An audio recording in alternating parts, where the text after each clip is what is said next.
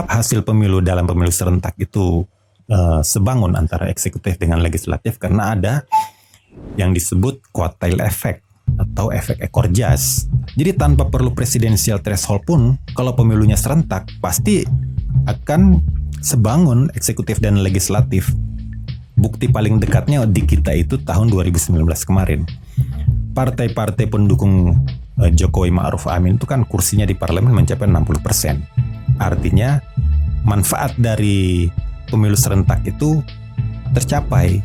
Dan menurut dia, kombinasi presidensialisme multipartai itu sering melahirkan minority government, yaitu eksekutif dan legislatif dikuasai oleh partai yang berbeda.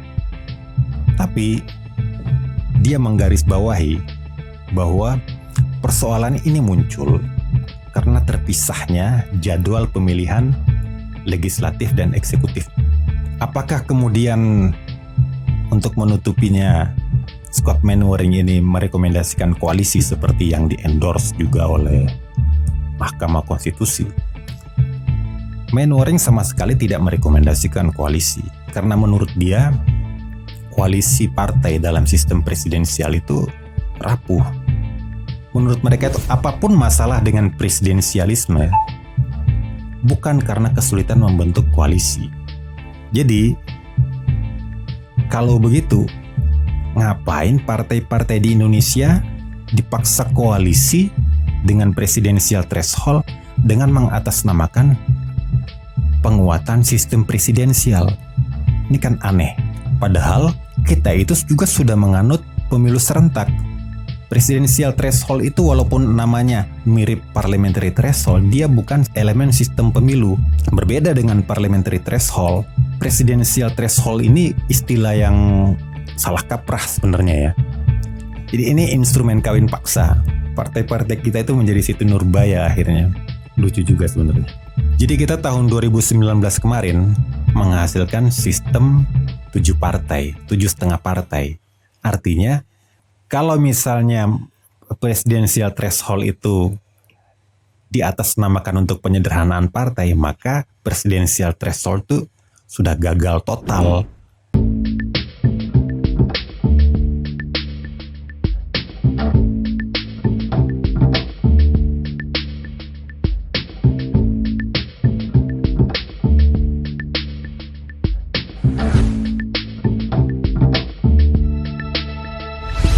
Assalamualaikum warahmatullahi wabarakatuh. Selamat datang kembali di channel Pemilih Indonesia bersama saya Harun Hussein.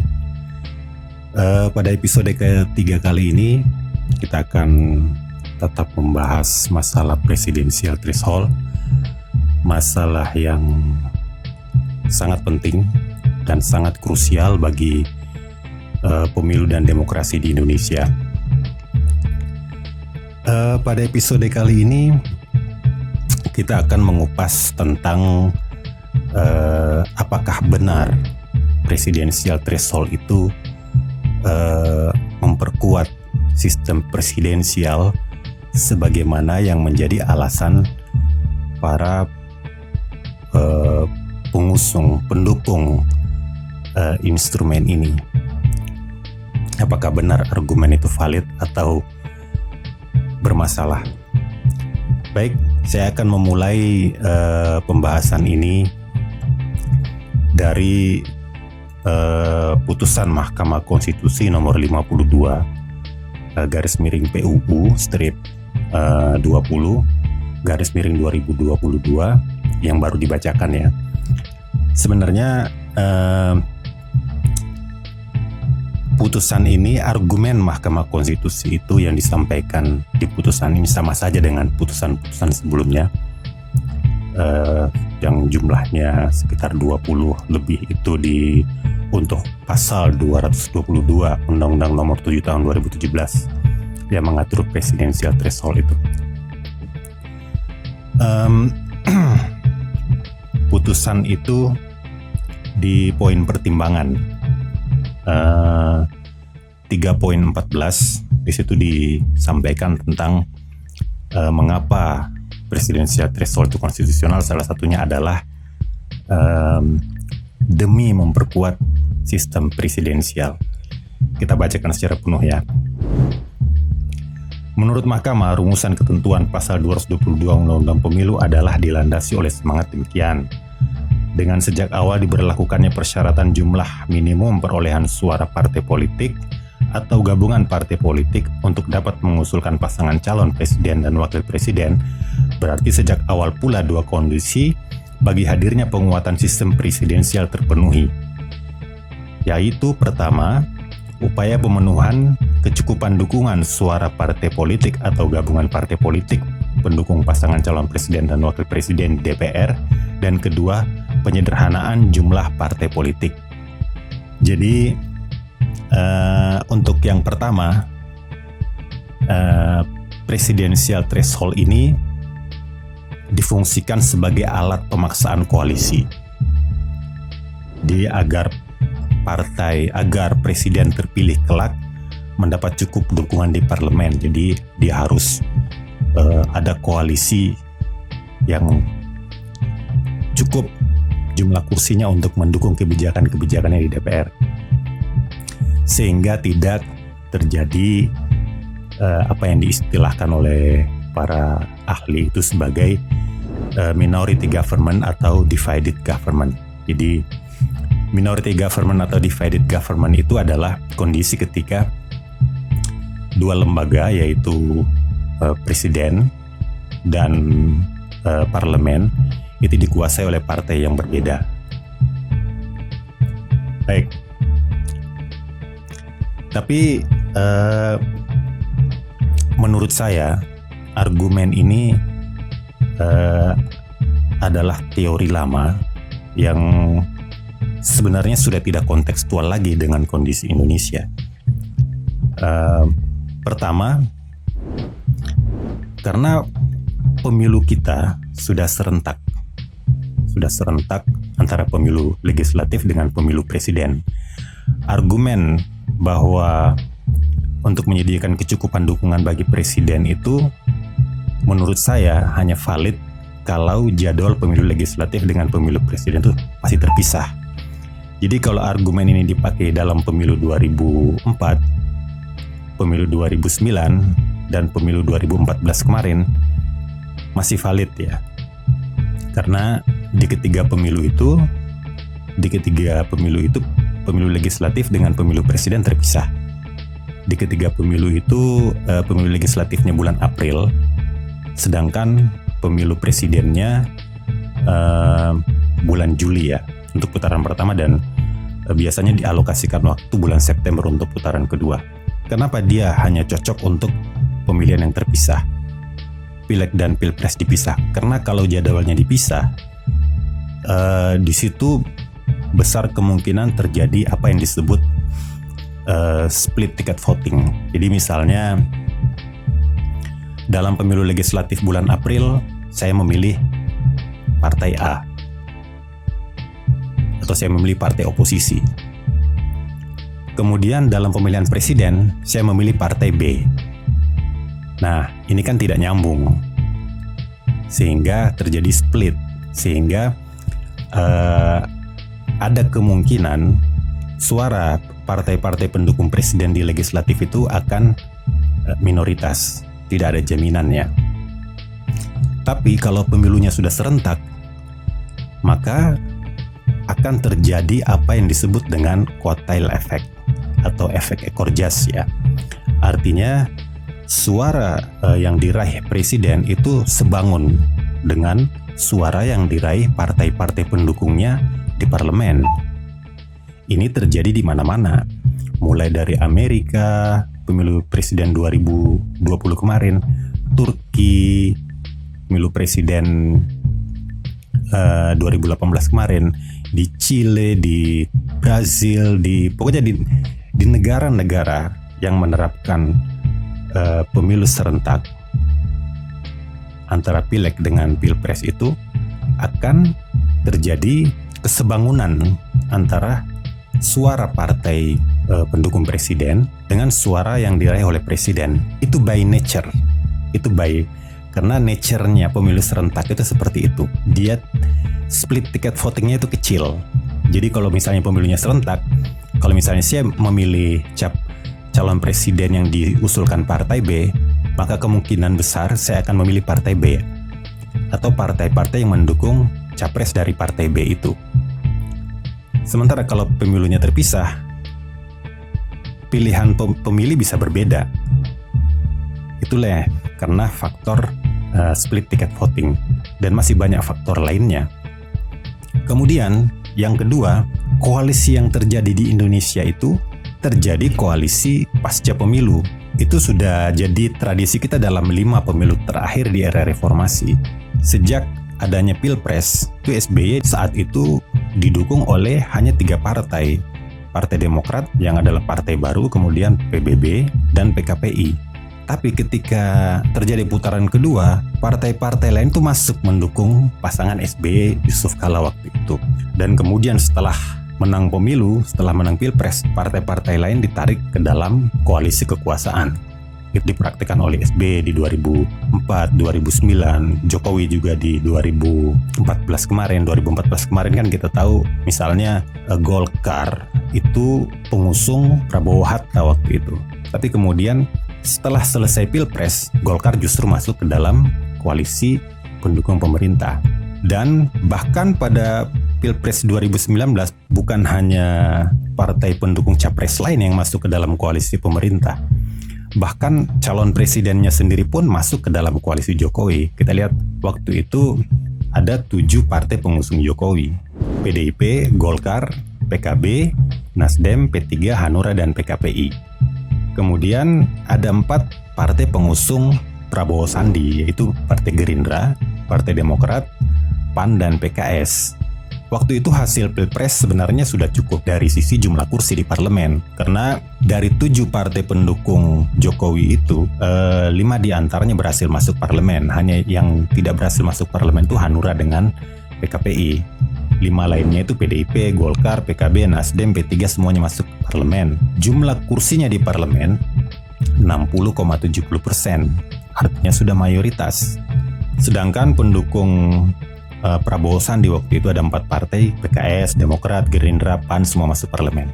Tapi setelah Pilpres, 2 partai dalam koalisi partai pendukung Prabowo Sandi itu menyeberang ke kubu Jokowi Ma'ruf Amin, yaitu Gerindra dan disusul PAN. Bahkan yang menyeberang itu bukan cuma partai, tapi calon presiden yang kalah. Menyeberangnya Gerindra dan PAN itu menambah kursi bagi koalisi pemerintah, koalisi partai pendukung pemerintah di DPR dengan tambahan 122 kursi. Totalnya sekarang 471 kursi atau 81,91%. Ini sudah sangat besar sekali. SBY itu pada pemilu 2009 koalisinya itu hanya 75%. Dan itu sudah dianggap juga sudah sangat kebesaran. Sekarang 81,91%. Jadi koalisi pasca Pilpres ini sudah menjadi bagian dari tradisi di Indonesia, tradisi politik di Indonesia. Kita itu partai-partai tidak terbiasa menjadi oposisi di luar ya. Semuanya pengen masuk kekuasaan. Apakah dia sebelumnya pendukung capres yang menang atau penentang capres yang menang, dia tetap ingin masuk ke dalam kekuasaan. Itulah. Jadi dengan 2 hal itu menurut saya, dengan pemilu serentak dan koalisi pasca Pilpres, kita tidak perlu khawatir berlebihan bahwa tidak akan terjadi penguatan sistem presidensial kalau presidensial threshold dihilangkan. Katakanlah sekarang misalnya koalisi 2 partai menang Pilpres dan kursi 2 partai itu di parlemen cuma misalnya 30%. Kita tidak perlu khawatir karena pasca Pilpres itu akan datang partai-partai untuk masuk ke dalam kekuasaan. Itulah koalisi di Indonesia. Soal fatsun politik ya wallahu alam. Jadi memang menurut penelitian para ahli itu, kombinasi seperti Indonesia ini, sistem presidensial dengan multipartai itu sesuatu yang complicated. Di berbagai negara itu memang terjadi akhirnya minority government itu. Jadi antara eksekutif dengan legislatif dikuasai oleh partai atau koalisi partai yang berbeda. di beberapa negara yang ditimpa minority government itu akhirnya demokrasinya menjadi tidak stabil ya. Karena misalnya ada usulan kebijakan pemerintah di DPR itu disandra atau diboikot oleh DPR. Sementara misalnya rancangan undang-undang yang sudah disetujui oleh parlemen, oleh eksekutif diveto. Jadi saling sandra antara oposisi dengan pemerintah. Dan itulah yang menimbulkan ketidakstabilan demokrasi di negara-negara yang menganut kombinasi presidensialisme multipartai itu. Dan kadang-kadang itu bisa dampaknya sangat jauh dan berakhir dengan impeachment. Jadi saya akan mengutip dari Scott Mainwaring. Beliau ini adalah profesor dari Universitas Notre Dame ya. Beliau itu tahun 1990-an yang lalu mempublish sebuah paper judulnya Presidentialism, Multi-Party System, and Democracy, The Difficult Equation. Dia meneliti semua negara penganut sistem presidensial dalam rentang 70 tahun sejak 1930 sampai 1990. Baik yang menganut presidensialisme multipartai maupun presidensialisme duipartai. Dan kesimpulan dia, negara-negara yang menganut kombinasi presidensialisme multipartai tidak stabil. Satu-satunya negara yang berhasil stabil menganut kombinasi itu adalah Chile, salah satu negara di Amerika Latin. Dan menurut dia, kombinasi presidensialisme multipartai itu sering melahirkan minority government, yaitu eksekutif dan legislatif dikuasai oleh partai yang berbeda. Tapi dia menggarisbawahi bahwa persoalan ini muncul karena terpisahnya jadwal pemilihan legislatif dan eksekutif. Jadi pemerintahan minoritas yang tercipta dalam kombinasi sistem presidensialisme multipartai itu disebabkan oleh pemisahan jadwal pemilu antara pemilu eksekutif, antara pemilu presiden dengan pemilu anggota DPR dan Senat. Itu yang kadang-kadang menciptakan minority government atau divided government itu. Nah, apakah kemudian untuk menutupinya Scott Mainwaring ini merekomendasikan koalisi seperti yang di-endorse juga oleh Mahkamah Konstitusi? Mainwaring sama sekali tidak merekomendasikan koalisi karena menurut dia koalisi partai dalam sistem presidensial itu rapuh, vulnerable ya. Karena koalisi partai dalam sistem presidensial itu tidak terinstitusionalisasi, beda dengan sistem parlementer. Kalau dalam sistem parlementer kan yang dipilih itu partai-partai dalam pemilu, kemudian setelah pemilu mereka memilih Perdana Menteri. Jadi Perdana Menteri itu dipilih oleh parlemen. Jadi siapa saja partai-partai atau koalisi partai di sistem parlementer itu yang suaranya mayoritas, dia berhak menunjuk Perdana Menteri. Jadi mereka koalisi itu akan saling mendukung di pemerintahan. Bahkan dalam sistem parlementer itu kan menteri-menterinya kan biasanya juga anggota kabinet. Jadi Scott Mainwaring ini tidak merekomendasikan koalisi. Yang dia rekomendasikan adalah sistem presidensial itu cocok dipadukan dengan sistem duipartai. Jadi selama kurun 1959 sampai 1989 yang berhasil stabil itu adalah Amerika Serikat, Costa Rica, Venezuela, Kolombia, Uruguay, dan Chile. Chile ini satu-satunya yang negara penganut presidensialisme multipartai yang berhasil stabil. Jadi 5 negara lainnya itu menganut sistem duipartai. Tapi sistem duipartai atau multipartai itu bukan dihitung jumlah partai dengan jari. Di Amerika Serikat itu misalnya jumlah partainya itu puluhan. Dan mereka terus ikut pemilu. Jadi bukan cuma Partai Demokrat dan Partai Republik. Di sana ada Partai Libertarian, ada Partai Green, ada Partai Constitution. Bahkan di Amerika itu ada partai yang khusus didirikan untuk mengadvokasi legalisasi marijuana. ada sampai sekarang. Kemudian di negara-negara lain itu juga bukan menganut partainya cuma 2. Yang dipakai data oleh Manwaring itu adalah pengukuran efektivitas partai dengan indeks ENP, Effective Numbers of Parties. Jadi jumlah kepartaian efektif di negara tersebut. Chile itu indeks ENP-nya adalah 4,90. Tapi jumlah partai politik di Chile itu kan sebenarnya banyak. Banyak sekali. Belasan. Bahkan peserta pemilunya lebih banyak daripada Indonesia. Tapi mereka dalam pengukuran menggunakan indeks ENP, pengukuran yang diperkenalkan oleh Marco Laxo dan Rein Taguepera dengan indeks ENP itu, Chile itu menganut sistem 4,9 partai, ya sistem 5 partai lah ya. Jadi mengukur sederhana tidaknya sistem kepartaian itu bukan dengan jari, tapi dengan indeks ENP ya, Effective Numbers of Parties. Belakangan berubah menjadi indeks ENPP atau Effective Numbers of Parliamentary Parties. Ini juga pengukuran kualitas pemilu yang diperkenalkan oleh Laxo dan Taguepera. Nah, jadi kalau mungkin sebagai pembanding, mungkin kita bisa bandingkan misalnya dengan hadis Nabi tentang 73 golongan, yang 72 di neraka dan satu golongan yang masuk surga.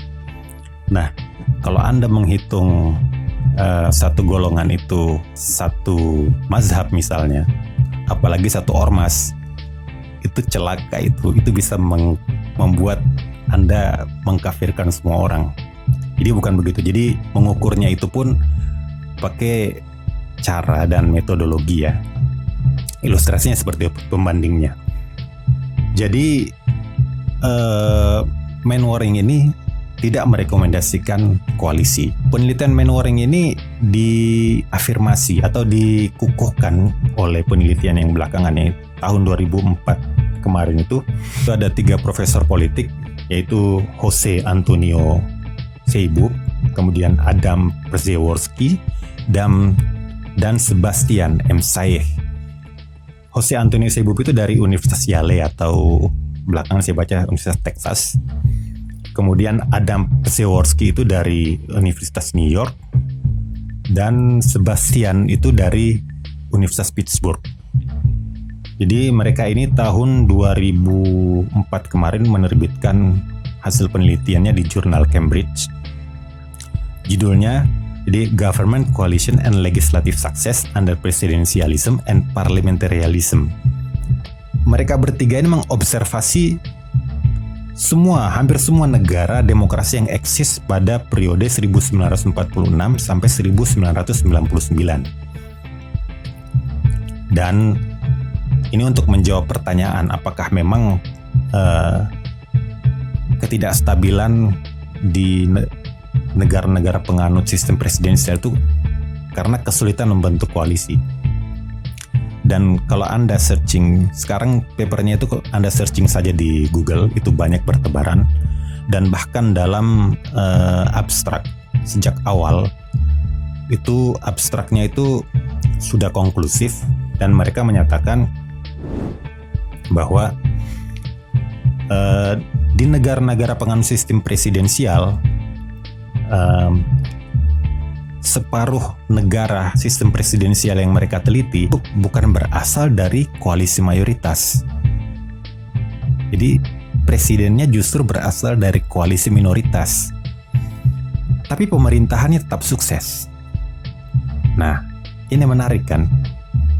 Dan akhirnya mereka menyatakan, jadi status koalisi pemerintah dalam sistem presidensial itu tidak ada hubungannya dengan keberlangsungan demokrasi di negara tersebut. Jadi menurut mereka itu apapun masalah dengan presidensialisme bukan karena kesulitan membentuk koalisi. Jadi masalah-masalah sistem presidensial, masalah minority government government itu segala macam itu pokoknya masalah-masalah yang terjadi di negara-negara penganut sistem presidensial itu tidak ada hubungannya dengan kesulitan membentuk koalisi. Jadi kalau begitu, ngapain partai-partai di Indonesia dipaksa koalisi dengan presidensial threshold dengan mengatasnamakan penguatan sistem presidensial? Ini kan aneh sebenarnya. Padahal faktanya kita itu juga sudah menganut pemilu serentak. Artinya by nature sebenarnya hasil pemilu presiden dengan hasil pemilu legislatif itu akan kongruen, akan sebangun. Itu pasti itu. Di mana-mana itu bisa kita lihat, bisa diteliti semua negara penganut sistem presidensial yang jadwal pemilunya sudah disatukan, maka otomatis suara partai-partai pendukung presiden itu akan besar. Misalnya kita lihat Turki kemarin. Turki itu suara Erdogan kan 52% ya. Kemudian suaranya Partai Keadilan dan Pembangunan itu AKP itu mendekati 50%. Dia tinggal mencari satu partner lagi untuk mencapai mayoritas. Dan partai yang dipilih itu kan MHP ya. Dan itu memang koalisinya sudah terjadi sebelum pemilu juga, sebelum Pilpres. Jadi ini kita perlu clearkan dulu ya. Sebenarnya presidensial threshold itu bukan elemen sistem pemilu. Presidensial threshold itu walaupun namanya mirip parliamentary threshold, dia bukan elemen sistem pemilu. Jadi mestinya presidensial threshold itu tidak bisa dipakai untuk melakukan rekayasa pemilu karena dia bukan elemen sistem pemilu. Berbeda dengan parliamentary threshold. Karena sebenarnya kan presidensial threshold ini istilah yang salah kaprah sebenarnya ya. Presidensial threshold ini sebenarnya kandidasi threshold sebenarnya. Posisinya sama dengan verifikasi partai di KPU sekarang. Verifikasi administrasi, verifikasi faktual kepada partai-partai untuk mengikuti pemilu. Jadi setelah mereka lolos verifikasi, baru bisa ikut pemilu. Posisinya itu sama dengan syarat untuk mengikuti pemilu. Jadi presidensial threshold itu posisinya sama sekali bukan sistem pemilu. Jadi kenapa di sini dijadikan alat untuk melakukan rekayasa pemilu? Rekayasa pemilu itu harus menggunakan elemen-elemen sistem pemilu. Misalnya parliamentary threshold itu elemen sistem pemilu, bisa dinaik turunkan untuk mengatur seberapa sederhana partai di parlemen. Kemudian daerah pemilihan juga sama fungsinya. Kemudian formula penghitungan, mau pakai kuota hare atau mau pakai sistem divisor atau mau pakai sistem lainnya. Kemudian alokasi kursi, itu semua elemen-elemen sistem pemilu dan dia berpengaruh terhadap hasil pemilu. Sementara presidensial threshold ini tidak berpengaruh terhadap hasil pemilu. Dia berpengaruh terhadap siapa yang dicalonkan. Jadi dia cuma kayak litsus untuk men-screening calon-calon presiden. Sementara jadwal pemilu, apakah pemilu serentak atau pemilu terpisah, dia itu sudah masuk dalam elemen sistem pemilu karena dia menentukan hasil pemilu. Kalau pemilunya terpisah, hasil pemilunya split. Sementara kalau pemilunya serentak, hasil pemilunya bisa kongruen. Artinya jadwal pemilu itu menjadi salah satu elemen sistem pemilu karena dia menentukan hasil pemilu. Kalau presidensial threshold yang sekarang kita pahami itu, dia tidak menentukan hasil pemilu, dia cuma menentukan berapa kandidat yang maju. Jadi alangkah anehnya kita itu menggunakan instrumen-instrumen non-sistem pemilu untuk melakukan rekayasa pemilu. Jadi tadi para ahli yang sudah meneliti jatuh bangun perkembangan sistem presidensial dan sepanjang sejarah berbagai negara demokrasi itu sudah tidak merekomendasikan koalisi dan menyatakan bahwa koalisi itu tidak hubungannya dengan gagal tidaknya sistem presidensial di sebuah negara. Bukan solusi menurut mereka. Dan memang kan koalisi ini sebenarnya hanya dikenal di negara-negara penganut sistem parlementer karena mereka butuh suara mayoritas untuk membentuk pemerintahan. Sementara di kita kan tidak. Misalnya partai pendukung presiden itu cuma meraih 30% suara misalnya. presiden terpilih tetap bisa membentuk pemerintahan. Dia tidak tergantung dengan jumlah suara di parlemen. Jadi ngapain kita dipaksa-paksa untuk menerapkan presidensial threshold? Presidensial threshold ini kan kayak instrumen kawin paksa gitu ya. Kayak zaman Siti Nurbaya aja masih dikungkung oleh kawin paksa gitu ya. Agak lucu juga sebenarnya. Jadi kalau kita baca undang-undang pemilu itu tidak boleh ada partai yang tidak mencalonkan presiden. Artinya partai-partai itu dipaksa untuk berkoalisi. Kalau tidak berkoalisi, tidak ikut mencalonkan presiden, sanksinya berat. Blacklist dari keikutsertaan pemilu berikutnya.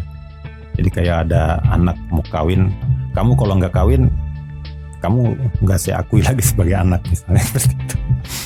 Nah, atau nggak dikasih uang jajan, nah kayak gitu. Jadi ini instrumen kawin paksa. Partai-partai kita itu menjadi Siti Nurbaya akhirnya. Lucu juga sebenarnya. Yang bikin presidensial threshold dan orang-orang pendukung presidensial threshold inilah yang jadi penghulunya, kerjanya ngawin-ngawinin partai, padahal kita menganut sistem presidensial dan sudah pemilu serentak. Ngapain ngawin-ngawinin partai? Kayak kurang kerjaan aja kita itu. Nah, jadi presidensial threshold sekali lagi dia bukan elemen sistem pemilu. Jadi ngapain dipakai rekayasa pemilu? Elemen sistem pemilu itu adalah jadwal pemilu serentak atau terpisah. Dan kita sudah memilih pemilu serentak, dan ini adalah elemen sistem pemilu yang mempengaruhi sistem pemilu, membuat sistem pemilu kita kongruen atau sebangun. Dan itu kan kita sudah lihat. Bukti paling dekatnya di kita itu tahun 2019 kemarin. Partai-partai pendukung Jokowi Ma'ruf Amin itu kan kursinya di parlemen mencapai 60%. Artinya manfaat dari pemilu serentak itu tercapai. Karena pemilu serentak itu, mengapa hasil pemilu dalam pemilu serentak itu sebangun antara eksekutif dengan legislatif? Karena ada yang disebut quartile effect atau efek ekor jas. Quartile effect inilah yang kemudian by nature membuat hasil pemilu itu sebangun. Jadi tanpa perlu presidensial threshold pun, kalau pemilunya serentak, pasti akan sebangun eksekutif dan legislatif. Pasti akan sebangun. Kalaupun misalnya tahun 2019 kemarin Jokowi Ma'ruf Amin cuma didukung misalnya 2 partai, misalnya PDIP dan Partai Golkar saja, maka pada tahun 2019 kemarin kemungkinan suara PDIP akan naik dan suara Golkar akan naik, terbawa quartile effect. Quartile effect itu gampangnya kalau misalnya calon itu misalnya Pak Jokowi, itu ada Jokowi effect. Jokowi effect itu mendongkrak suara partai-partai pendukungnya. Jadi kalaupun misalnya dia cuma didukung 2 partai, kemungkinan besar suara 2 partai itu justru akan melejit. Jadi sebenarnya PDIP itu ngapain juga cari-cari banyak koalisi kalau dia percaya pada formula quartile effect ini. Dia tidak perlu mencari koalisi banyak-banyak, karena kalau misalnya capresnya terpilih dan menang, kemungkinan partainya akan besar. Dan kalaupun misalnya tiba-tiba ada penyimpangan atau deviasi dari hukum pemilu serentak itu, misalnya suaranya tidak sampai mayoritas, kan ada koalisi pasca pilpres. Di Indonesia itu partai-partai di kita itu tidak ada yang terbiasa jadi oposisi, semuanya selalu ingin jadi bagian kekuasaan. Mau pendukung capres yang menang ataupun tadinya lawan beratnya capres yang menang, mau aja diajak ke dalam kekuasaan. Jadi pengamannya berganda. Jadi ngapain lagi kita pakai presidensial threshold? Kita mengatasnamakan penguatan sistem presidensial lagi. Sekarang kita periksa datanya ya. Indeks hasil pemilu di Indonesia ini dari TCD ya, Trinity College Dublin. Jadi ini indeks kualitas pemilu di Indonesia. Jadi kita tahun 2019 kemarin yang dengan presidensial threshold 20%, itu ternyata hasil pemilu 2009 itu menghasilkan sistem 7 partai, 7,5 partai. Artinya kalau misalnya presidensial threshold itu diatasnamakan untuk penyederhanaan partai, maka presidensial threshold itu sudah gagal total. Itu sama juga dengan pemilu 2014 kemarin. yang juga presidensial threshold-nya sama, itu menghasilkan sistem 8 partai. Artinya presidensial threshold juga sudah gagal total. Masih mendingan kita pemilu tahun 1955. Berdasarkan pengukuran indeks ENPP, pemilu 1955 itu menghasilkan sistem 6,41 partai. Jadi sistem 6,5 partai. Jadi dia lebih sederhana sistem kepartaiannya dibanding 2019 yang sudah pakai presidensial threshold 20% kursi dan 25% suara sah itu. Jadi di mana gunanya presidensial threshold ini? Di mana gunanya? Dia tidak menyederhanakan partai, dia gagal total dalam penyederhanaan partai.